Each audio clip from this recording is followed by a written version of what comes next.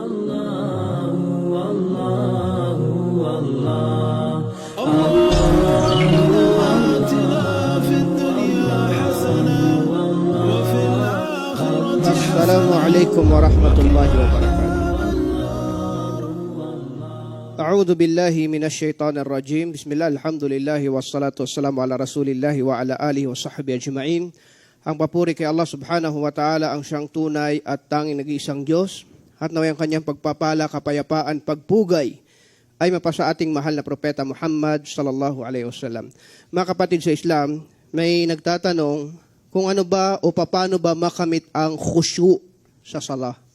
Kasi tayo ngayon nasa Taraweh at sa haba niyan, 30 minutes, 45 minutes, yung ibang masjid, 1 oras, 2 oras, ay ganun din karami yung iniisip nila. Yung iba napupunta sa Hong Kong, yung iba yung cellphone na gusto niya, kung ano-anong pumapasok sa isip nila.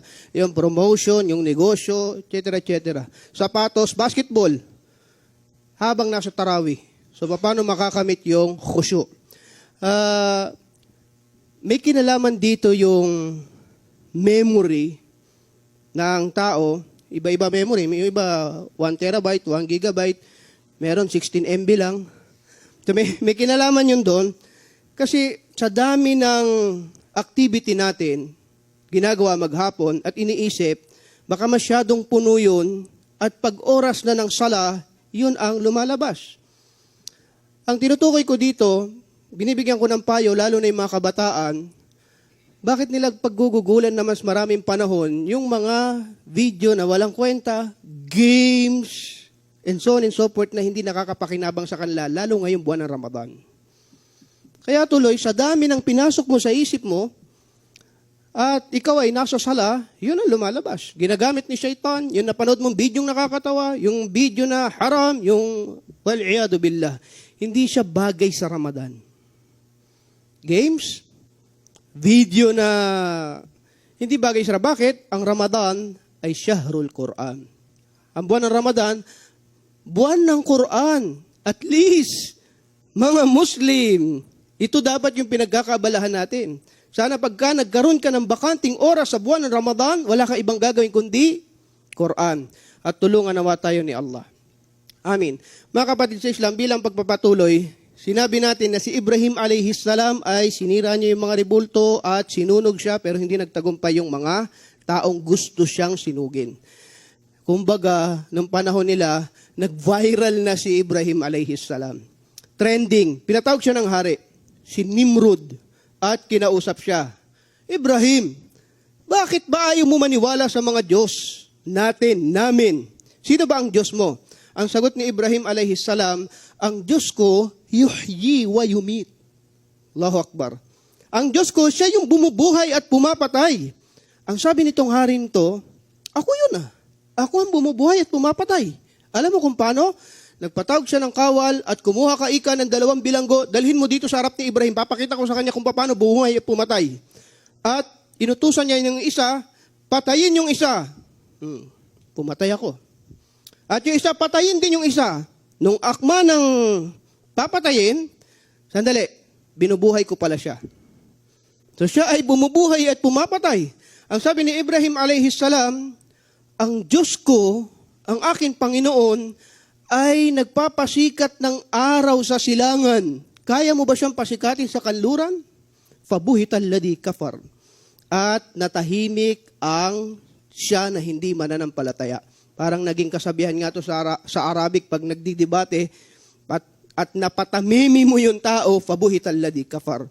At walang nasabi ang siya na hindi nananampalataya. Sinabi ni Allah subhanahu wa ta'ala, idqala Ibrahim rabbi alladhi yuhyi wa yumit. At sinabi ni Ibrahim, ang aking Panginoon, ang siyang bumubuhay at pumapatay. Kala ana uhyi wa umit. Sabi ng hari, ako ang bumubuhay at ako ang pumapatay. Kala Ibrahim, fa inna Allah ya'ti bisyams minal masyriqi fa'ti biha minal maghrib pabuhital ladhi kafar. At ito yung nakasaad sa marangal na Quran. Walang naniwala sa Babil o sa Babylon.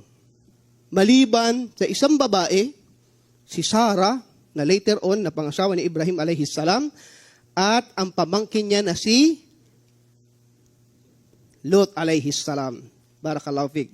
At sila ay nagpa-lakbay-lakbay sa ibang lugar. Sa Syria, sa Palestine. Pag nag-aral kayo ng history, malalaman natin ba't may digmaan doon. Palestine at Egypt. Nang makarating sila sa Egypt, nabalitaan nung hari, tingnan mo mga hari noon, iba-iba karakter. Nabalitaan nung hari ang pagpasok ni Ibrahim alayhi salam at kanyang asawa at nagka-interes yung hari kay Sara. Pinatawag si Ibrahim alayhi salam, dumating pala kayo dito, sino ang kasama mo? Ang sinabi ni Ibrahim alayhi salam ay kapatid ko, pero asawa niya. Sa kadahilanan, gusto niyang protektahan. Kung ganon, gusto kong makilala ang kapatid mo at pumunta si Ibrahim alayhi salam sa asawa niya si Sara, papatawag ka ng hari, huwag mo sabihin, asawa kita, ikaw ay kapatid ko. Basta tawakkal na ala Allah. Pumunta ka ron at magtitiwala tayo kay Allah. Pagdating doon, at namimilog na yung mata ng hari at gusto siyang gawa ng kasamaan, hahawakan siya, si Ibrahim alayhi salam, nandun at dua ng dua kay Allah. Ya Allah, ingatan mo siya. Ya Allah, ingatan mo siya. Tangka siyang hahawakan ay may riwaya na bumagsak yung hari, nanigas, nagkaroon ng sakit o gustong sumikip ang dibdib at hindi nagawa yung tangkang masama sa kanya. At sabi niya, ano nangyayari sa akin? Idua mo nga sa Diyos mo, kay Allah, na tanggalin to sa akin.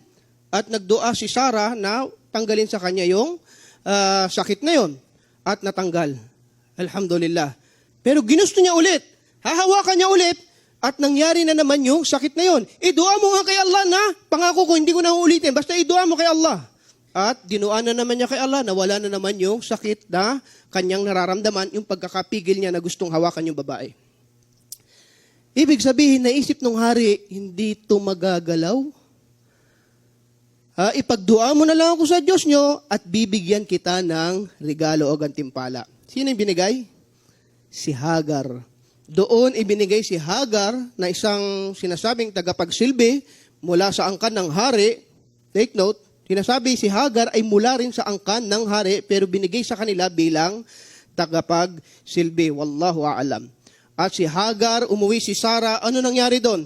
Ito, binigay ng hari sa atin, si Hagar. Mula noon, mula sa Egypt, bumalik sila sa Palestine at doon sila nanirahan. Sinasabi na tumatanda na si Ibrahim alayhi salam, pero wala pa siyang anak. Samantalang pinangakuan siya ni Allah subhanahu wa ta'ala na nasyon. Ikaw, Abraham, magiging nasyon ka. Pag sinabing nasyon, hindi dalawa, tatlo lang kayo. Umma. Ikaw ay magiging, hanggang ngayon yan ang title ni Ibrahim alayhi salam. Ama ng mananampalataya. Kaya nga ang tawag sa religion ng Islam, Christianity at Jew, Abrahamic religion. Lahat tayo galing kay Abraham. Pero kita mo, wala siyang anak, matanda na. So ano nangyari? Nagdudua siya kay Allah. Hanggang sa pumayag mismo si Sara. Bismillah. Ayan si Hagar. Pangasawahin mo, pakasalan mo, at harinawa sa kanya ipagkaloob ni Allah subhanahu wa ta'ala ang iyong anak. At ganun ang nangyari. Napangasawa ni Ibrahim alayhi salam, si Hagar, hanggang sa ipinanganak si Ismael alayhi salam. Sinasabi ng pinanganak si Ismael alayhi salam, nagkaroon ng pagsiselos sa parte ni Sara. Babae. At dahil doon, inutusan ni Allah subhanahu wa ta'ala si Abraham, dalhin si Hagar kasama ang sanggol na Ismael, si Ismael alayhi salam, sa lugar na hindi natataniman. At inutusan silang maglakbay at sila ay naglakbay. Pagdating doon, at alam nyo kung saan yung lugar na yon. Pagdating doon, mahabang paglalakbay, mula Syria, Sham kasi lahat yun eh. Kung titingnan natin yung lumang mapa, lahat yun, Sham, Syria, Damascus, papunta ng pababa. Pagdating nila doon sa lugar na ang katangian ay hindi natataniman, tumalikod na lang si Abraham at iiwan sila. Sinabi ni Hagar, Ya Ibrahim, iiwan mo kami dito ng anak mo. Hindi siya sumasagot. Ya Ibrahim, iiwan mo kami dito ng anak mo. Hindi siya sumasagot. Ya Ibrahim, utos ba ika ni Allah? Lumingon si Ibrahim alayhis salam at sinabi niya, oo, utos ni Allah. At bago siya umalis, nagdua si Ibrahim alayhis salam. Ano sinabi niya? Rabbana inni askantu min durriyati biwadin ghayra dhi zar' indam baytikal muharram. O, pakinggan nyo. O aking Panginoon, itinitira ko ang aking angkan. Angkan, dalawa. Pero ibig sabihin to, nakikita na ni Ibrahim alayhis salam na magkakaroon dito ng bagong nasyon. Min durriyati biwadin ghayra dhar. Ito ay wadi, ito ay kalupaan na hindi natataniman. Sa bahay mo, in the baytikal muharram. Dalawa pa lang ang tao dun. La ilaha illallah. Sa Makkah, ang tawag na ni Ibrahim alayhis salam, baytukal muharram. Nakita nyo? Ang tinutukoy dito ay ang Kaaba o ang Makkah na. Ang Makkah. Rabbana liyuqimus salah. Dua. Sila, upang sila, ang henerasyon na ito, ang mga tao na ito, ay magtataguyod ng sala. Faj'al af'idatan minan nasi tahwi ilayhim. At gawin mo, ya Allah, ang puso ng mga tao ay tahwi, kumikiling dito sa lugar na ito. So, sabi ng ating mga ulama, karagdagang kaalaman lang, ang tinutukoy dito, of course, walang iba kundi ang Kaaba, Baitullah, Al-Muharram, doon sa haram, sa Makkah. Gawin mo ang puso nila na gustong-gusto bumalik dyan. Wallahi, tanongin nyo lahat na nakapag-hajj, nakapag-umrah, gusto mo pa ulit? Wala siguro magsasabi, hindi, okay na ako, sapat na ako. Lahat ng nakapag-hajj, lahat na nakapag-umrah, ang puso nila ay tahwi ilayhim. Gustong-gusto bumalik doon. May mga kilala kong tao, taon-taon nag-hajj. Merong mga tao, halos weekly nag-umrah. So subhanallah, kabilang ito sa mga dua ni Ibrahim alayhis salam. At nagutom na nga ang sanggol. Kasi iniwan sa disyerto. Pero tingnan nyo yung tawakkal.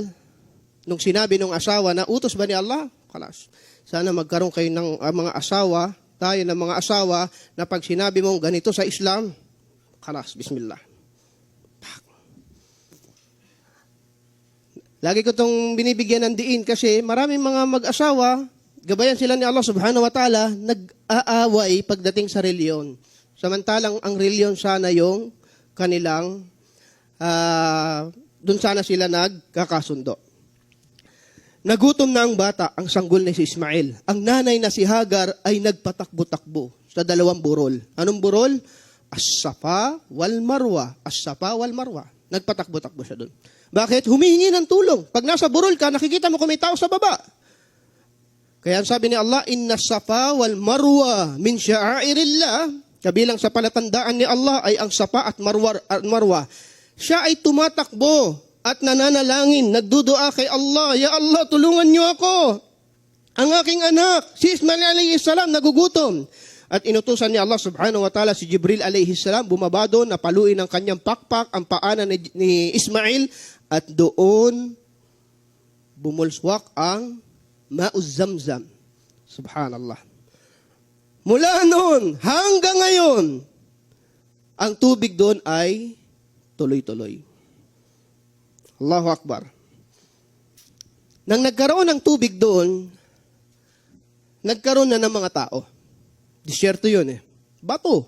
Literal, pag makapunta kayo ng Makkah, may mga bundok doon, bato. Malalaking bato na bundok. At yun ay sa mga nagtatravel ng Sham, ng Syria at Yemen, yun ang stopover. Yun ang dinadaanan. Ang Arab, tinawag na Arab dahil sa Arabiya, gulong. Dahil napakasipag nila mga lakal ng tag-init at tag-araw at dumadaan sila doon. So nung napadaan sila doon at nakita nilang may tubig, humingi sila ng tubig kay Hagar. Hanggang sa may nagtayo ng tent, 2 bahay, 3 bahay, 4 na bahay, at nagkaroon ng bagong sibilisasyon, tinawag silang Arab.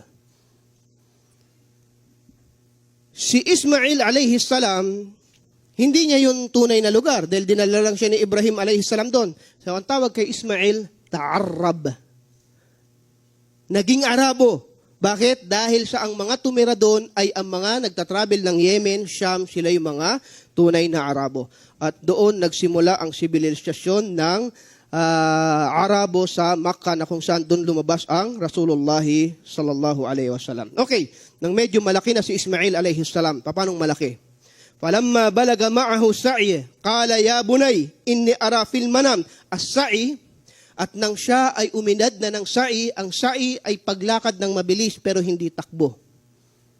Maintindihan natin to pag tayo ay nagsasagawa ng umrah o hajj. Kasi meron dong linya na kailangan bilisan mo yung lakad mo, pero huwag ka tumakbo. Iba yung takbo. At nang si Ismael ay kaya na ang sa'i, ibig sabihin, kaya niya na ng medyo mabilis na lakad, siguro 10 taon gulang, 11 o 9 na taong gulang, ay nanaginip si Ibrahim alayhis salam. Qala ya bunay, inni ara fil manam anni adbahuk. Aking anak, nakita ko ika sa panaginip ko na ikaw ay aking kinakatay. Fandur mada tara. Ano sa tingin mo? Kasi may nabasa akong ibang scripture, hindi sa Islam, na hindi alam ni Ismael na siya ay kakatayin. Sa atin alam, sinanggunin ni Ibrahim alayhis salam. Ano sa tingin mo, anak? Qala ya abati, aking ama, if'al ma tu'mar, satajiduni insyaallahu minas sabirin. Kung ano na panaginipan mo, sundin mo kung anong inutos sa'yo, at makikita mo ako na nagtitiis, insyaallah minas sabirin. Okay. Siguro ito na yung pinakamalaking pagsubok sa tao. Kung alam lang ng mga anak kung paano masaktan ng magulang sa tuwing nasasaktan ng kanilang anak, maintindihan nila lalo ito. Pero ngayon, ang pagsubok, ikaw mismo ang kakatay sa iyong anak para ialay mo kay Allah. Sa kabila ng dinuan niya doon na matagal, ya Allah, sabi mo, magiging nasyon ako. Nagkaroon ako isang anak. Papakatay mo ngayon. Okay? At nung ready na siya, hinasa niya yung kutsilyo, kasi desidido si Ibrahim alayhi salam eh. At sasama niya si Ismael, may humarang pang syaitan, matanda. Kasi yun ang syaitan eh. Sabi niya, baka anong gagawin mo dyan? Maawa ka sa bata. Balat kayo. Ano ginawa ni Ibrahim alayhi salam? Kumuha ng bato at binato niya. Kaya pag Hajj, meron tayong binabato doon. Hindi syaitan yun, simbolo lang. Iba pati yung tsinelas eh. Syaitan. Pero hindi, simbolo lang yun. Tingnan niyo yung Hajj kung saan hango sa buhay ni Ibrahim alayhi salam. Sabi niya, huwag mo akong pigilan sa pagsunod ko kay Allah. At tinuloy niya. Sabi pa ni Ismael alayhi salam, ya abati, aking ama, pagkakatayin mo na ako, subhanallah, tingnan niyo yung mag-ama. Tingnan niyo ang pananampalataya. Pagkakatayin mo na ako, italikod mo yung mukha ko, baka maawa ka sa akin, hindi mo matuluyan. La ilaha illallah. Baka maawa ka, hindi mo ituloyan, italikod mo yung mukha ko at ituloy mo. At ganun ang ginawa ni Ibrahim alayhi salam, talagang tinutuo ayon sa hadis, pero ginawang matigas ni Allah subhanahu wa ta'ala ang lieg niya at nakapasya siya sa pagsubok. Sa halip ay inalay niya ang tupa. Qad sadaqtar ru'ya innaka kadhalika nahzil muhsinin. Tinutuo mo, pinatunayan mo ang inutos sa'yo, ikaw ay aming gagantimpalaan. Okay. Masya Allah. Alam nyo, wala kong oras eh. Pero gusto kong bigyan ng paglalarawan itong last part na ito ng buhay ni Ibrahim alayhi salam. Although may isa pang bahagi bukas. Itong kaganapan na ito, pinakamaganda. Baunin natin ito inshallah.